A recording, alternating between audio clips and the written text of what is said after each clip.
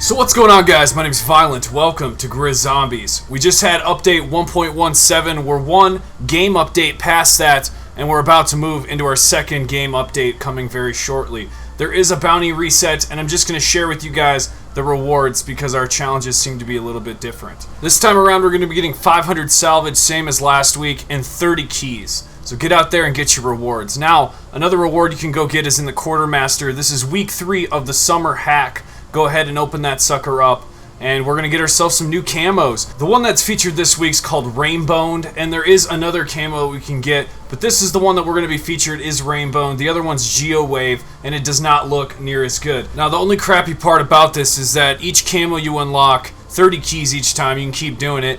It's good for one class, so you're going to have to unlock it per class in order to attach it to your weapon.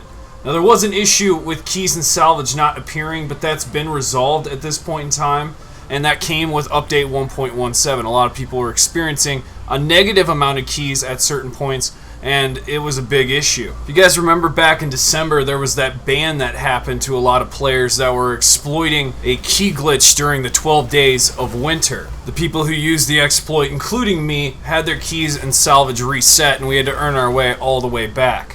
That's all good and dandy, but this time around, no one was doing an exploit that would have caused that. This just merely happened to basic people playing the game. Lee Ross has even confirmed that this has been addressed and looked at, but a new game update is coming because there is an issue with the Proto Sniper. If we were to head over to Zombies in Spaceland, attach an arcane core to it, and actually try to attach one of the exquisite abilities, it would cause a green glow. But that has evolved one step further. Now when you see the Proto Sniper in the magic wheel, it's not going to let you pick it up. In fact, it's going to erase one of your secondary slots and potentially take the weapon you're trading it for. So, until we get this next game update, post update 1.17, we're going to need to be careful picking up the Proto Sniper from the magic wheel.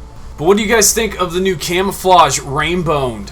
It looks really good on the VPR, I think. This is my favorite weapon in Infinite Warfare Zombies, so you will see me rocking this a lot in my videos. It's just one that I tend to pick up, and I've learned that double tap bang bangs work so good on the VPR. You can see I'm on round 31, scene 31 right now, and I'm not really having any problem shredding. It's still slicing like butter, and you're going to see me take out these brute crogs very, very fast with the VPR. I wanted to showcase this to you guys in case you're interested in this week's camo. Black Ops 3 came out with their own camo recently, and it was called Cherry Fizz. I'll have a video link down below if you want to check that out.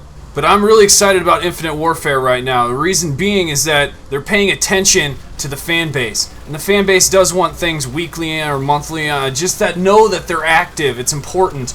And the Days of Summer event that's going on for 5 weeks, we're currently on week 3 that we're living in right now.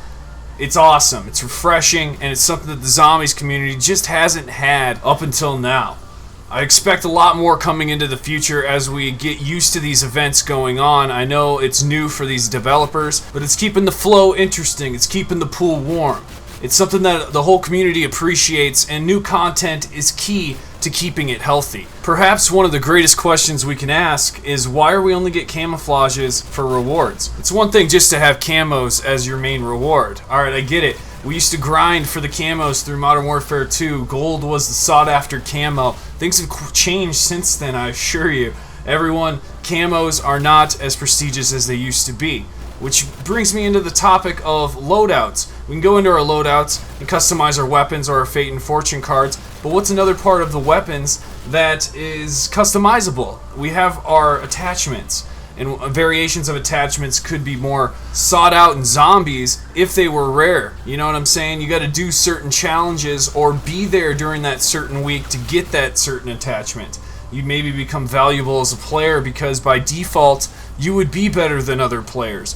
Little things like that would set the bar to a whole nother level. Now, as many of you guys know, the coding for the game of Infinite Warfare, they backed off of Black Ops 3. So backing off of the way that worked and was set up, it's problematic. So that you adjust one thing, you're going to run into a whole series of problems that affect other parts of the game. The meta gets changed when you adjust something else. So with that chain effect being in place, a lot of problems can happen patch to patch. That's why there's a series of game updates in between the patches that I cover, and their main intent is to correct overcorrect the patch that we got previously. Now, I'm all for this format because I got it figured out on my channel. I know how I can present things to you guys when this stuff comes out. And it's very important to continue updating.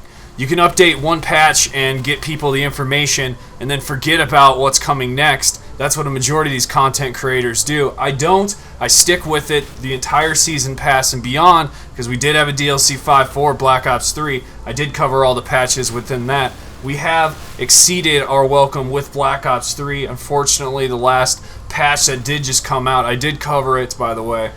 And that's the end of the story for Black Ops 3. So we're moving on to Infinite Warfare, finishing off DLC 3 into DLC 4. I'm going to have some really good stuff coming up here very shortly for DLC 4. Not a lot is known right now about that map pack, but in the map of Attack of the Radioactive Thing, there is a lot that gives away what might be happening in DLC 4. Currently, as it stands, I've not beat the Easter egg. I've ran into glitches every single time I've soloed into the boss. And for those of you guys who already follow me on Twitter, you'll know that I talk to these developers all the time. I give them crap when stuff is broken. I keep patch notes up to date on my Twitter, at GRIZZ Viollent. Feel free to follow me if you guys want over there. Shout me out. Let me know that you're new over there on Twitter. That's 100% the best place to keep talking zombies.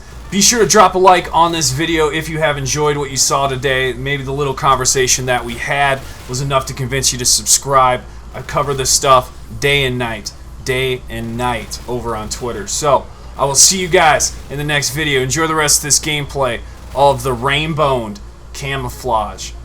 Peace out.